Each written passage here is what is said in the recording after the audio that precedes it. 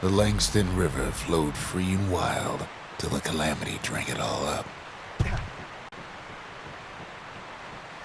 Maybe all that water just grew wings and flew off.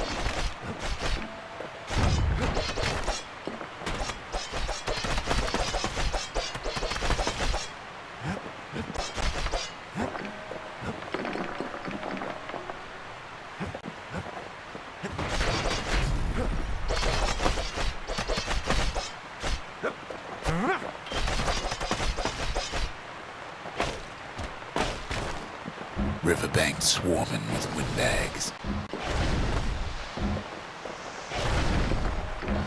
They're so bent on finding the core, they hardly notice the kid. Lucky for him, a certain famous ferry barge is still afloat.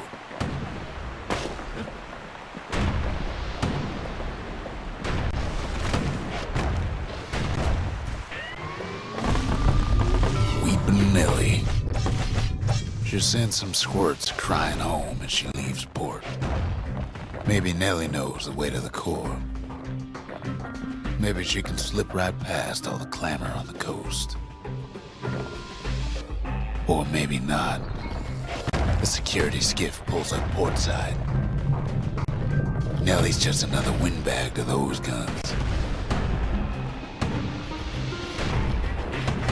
Just then, the windbags notice who she's sailing with.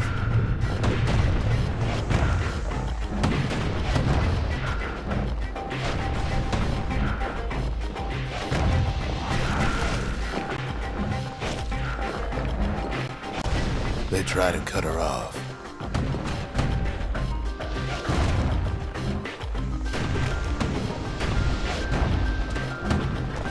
They try to slow her down.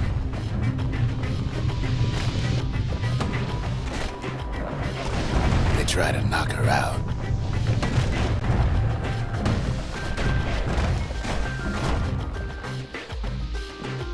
Well, Weepin' Nellie tries harder. Try as she might, though, she hits a snag. Kid's gotta help her get untangled. Favors for favors.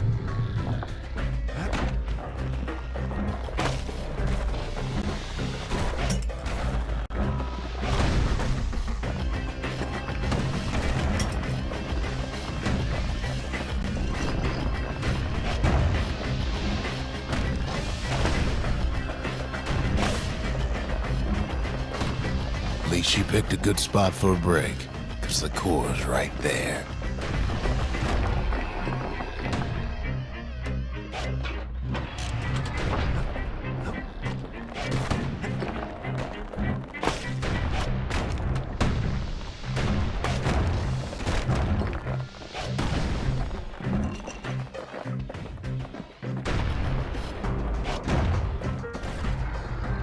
Then the kid hears an unusual sound, like 100 flapping wings. Peckers.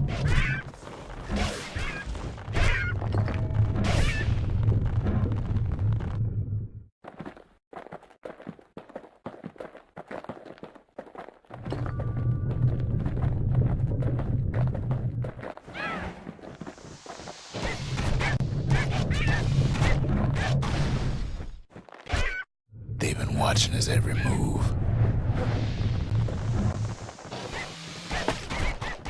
They had their own eyes on the core. But why? Well, kid ain't got time to think it over just yet. He finds Weepin' Nellie raring to go.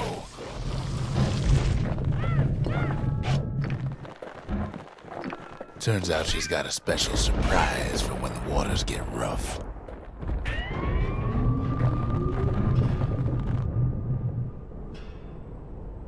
She's gonna need a little help with all them peckers. Crafty things think they're king of the roost now. Rest of us only wish we could fly in times like these.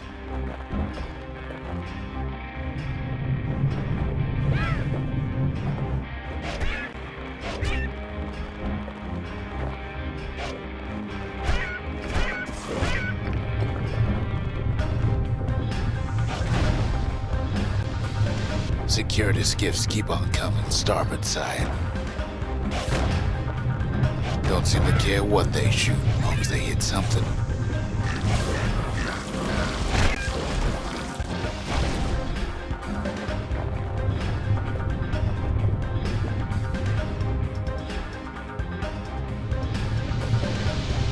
The windbag's getting even better idea.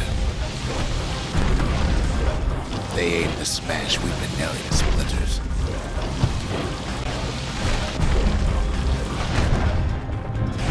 Well, it all proves too much for poor Nelly.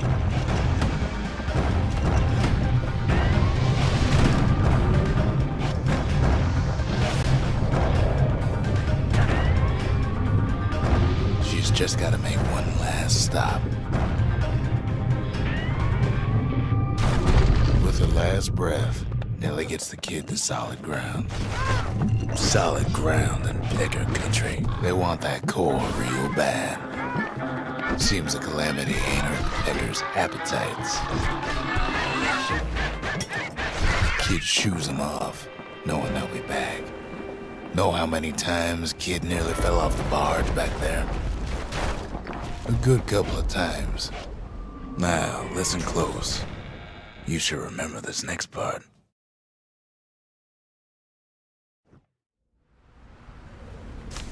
Why go to Prosper Bluff?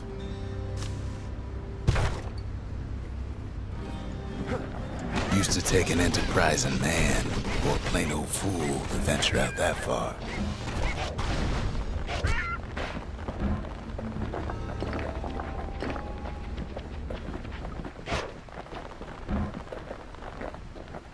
The city was the most beautiful place in the world.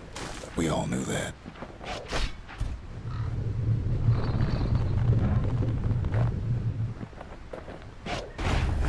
But on the other hand, some folks just yearn to see the things they're told they can't.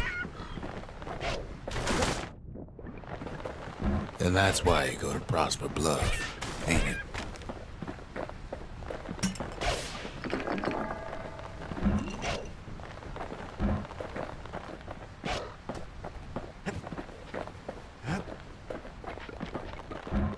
There, the kid hears something he ain't heard in a long while.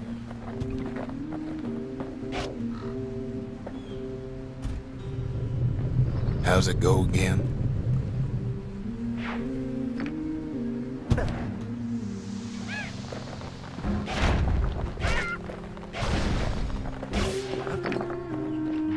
Yeah, that's the one.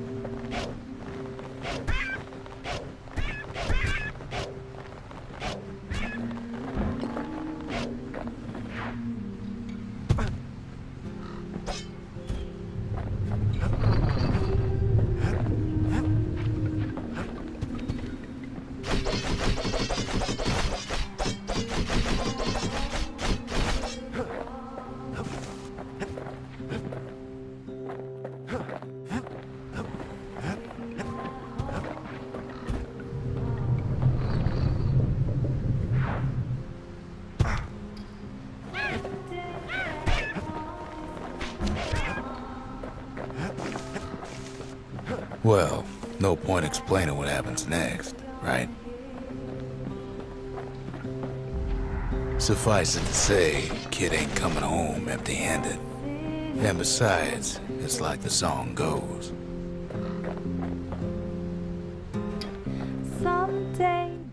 They'll be here before too long.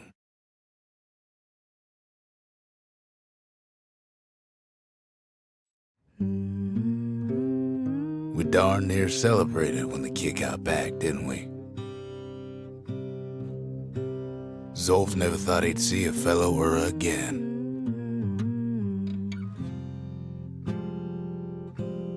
We become fast friends. Calamity has that effect on people. But there was more to be done. There was one last core to find.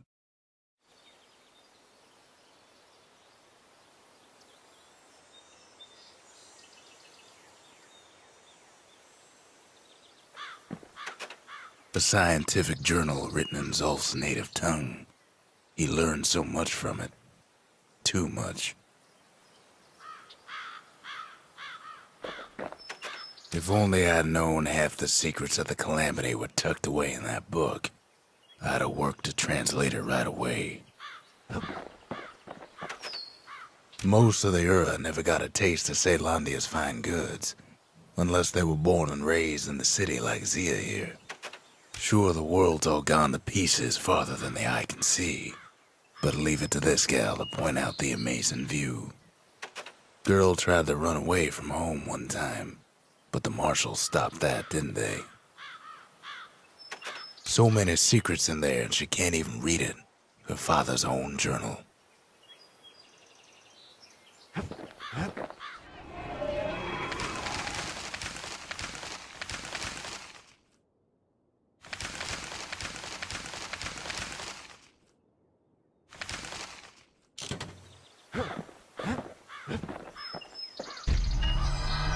Kid's surprised when I tell him there's only one core left. I shouldn't have believed it either.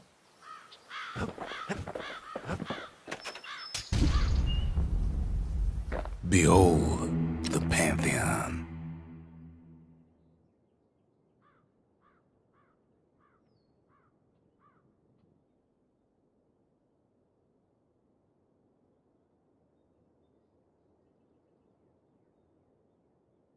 A Kobe.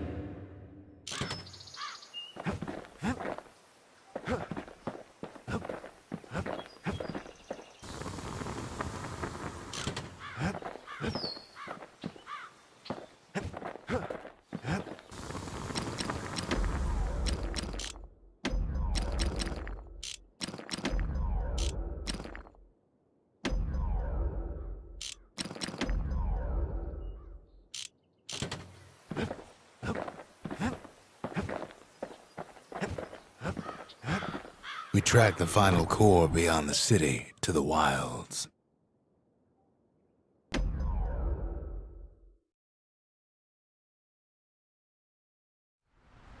The wild unknown. Place can eat a man alive. Place is so raw, even the Calamity couldn't cook it. Not all of it.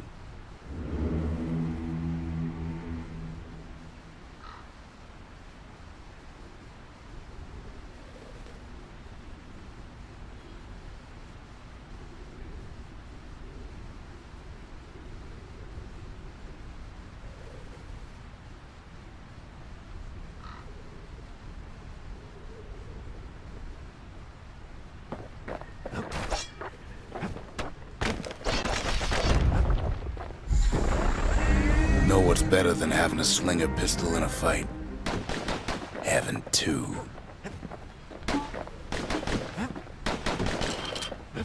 Savage things lurking at every turn. Kids faster than a slinger with those guns.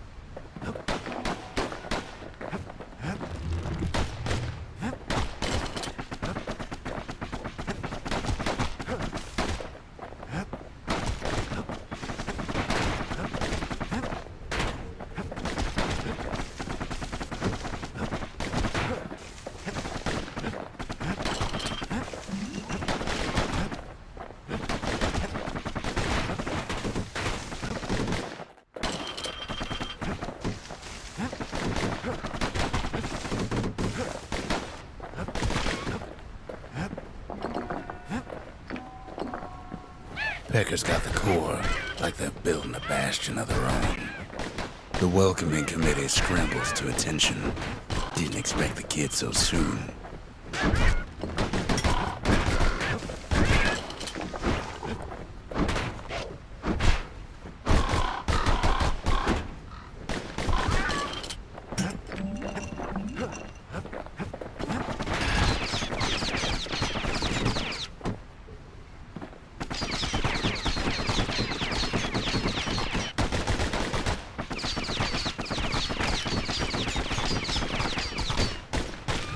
They shouldn't have let their guard down.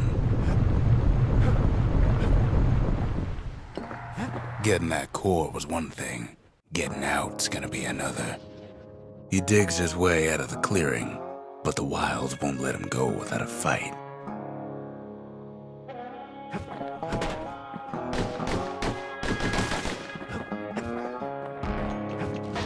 Wallflowers survived the calamity. It toughened him up.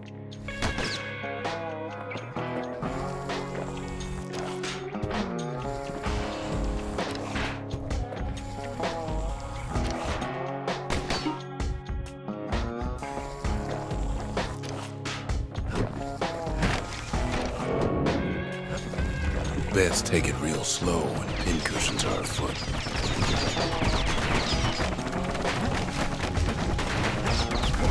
Kid learns the hard way not to touch those things.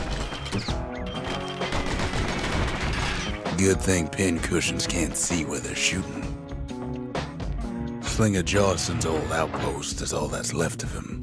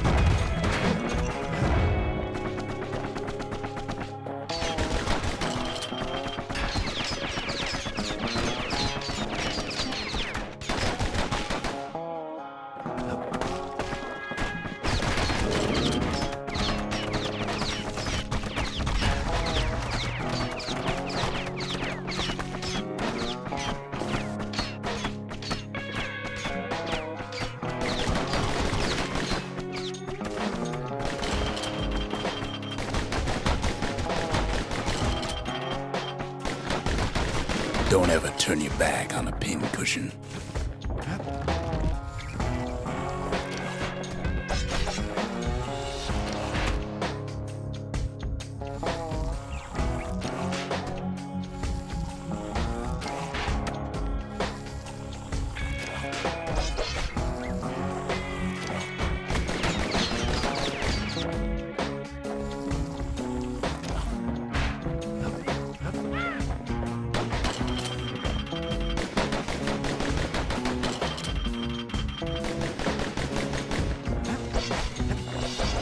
kid's roused up half the wilds by now.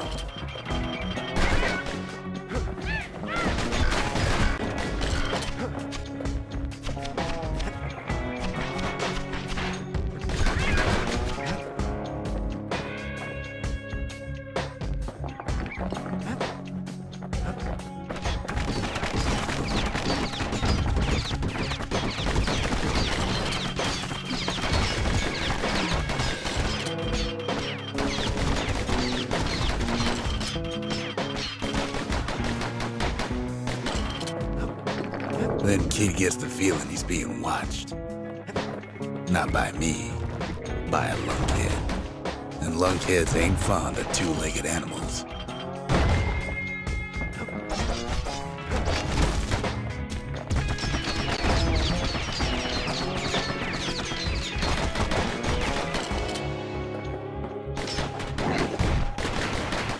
Hit him anywhere but the hindquarters and you only make him mad.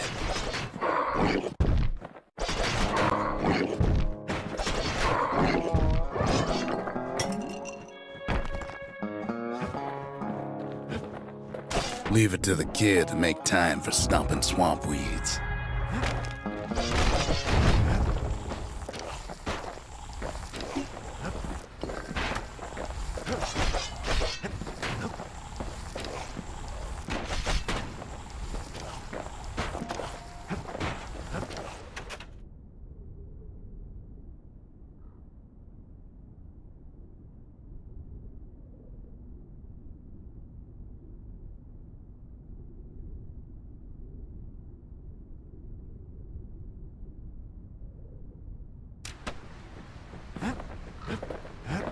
Sees a smooth black stone coughed up by the calamity. Be seeing plenty more.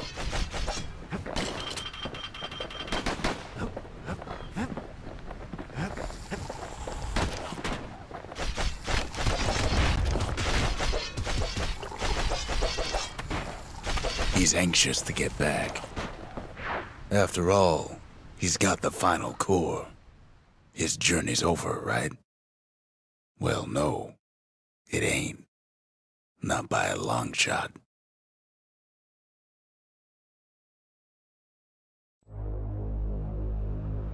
Kid knows something's up when we ain't there to give a warm welcome. See, Zolf and I were just wrapping up a heated discussion. Zolf can barely muster the words. The calamity failed, he says, but I will not. And with that, Zolf leaves us here, alone.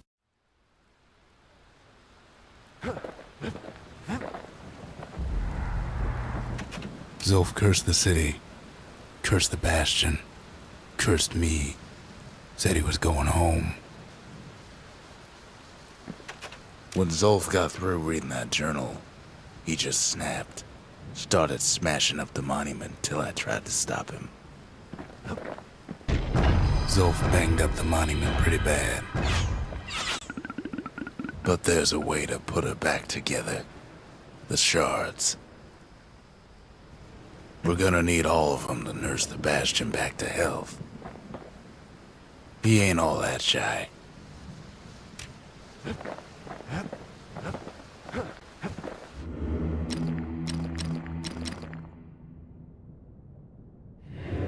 The gods never liked competing for people's affections.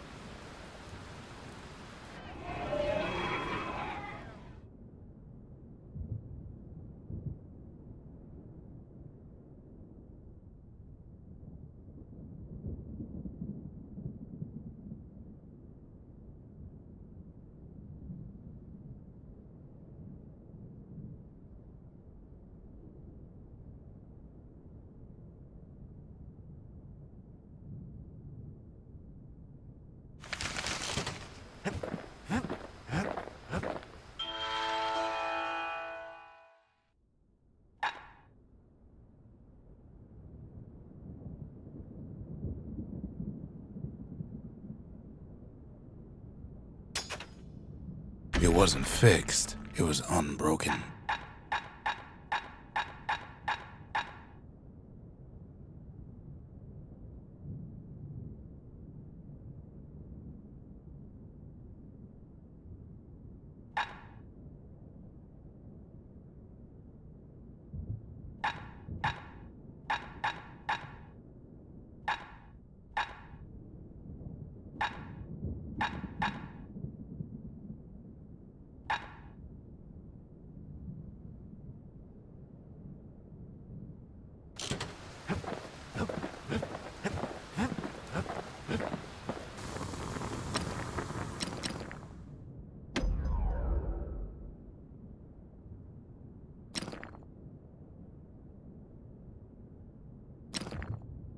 Takes a lot of moving pieces to make a dependable sidearm. Can't be too careful these days.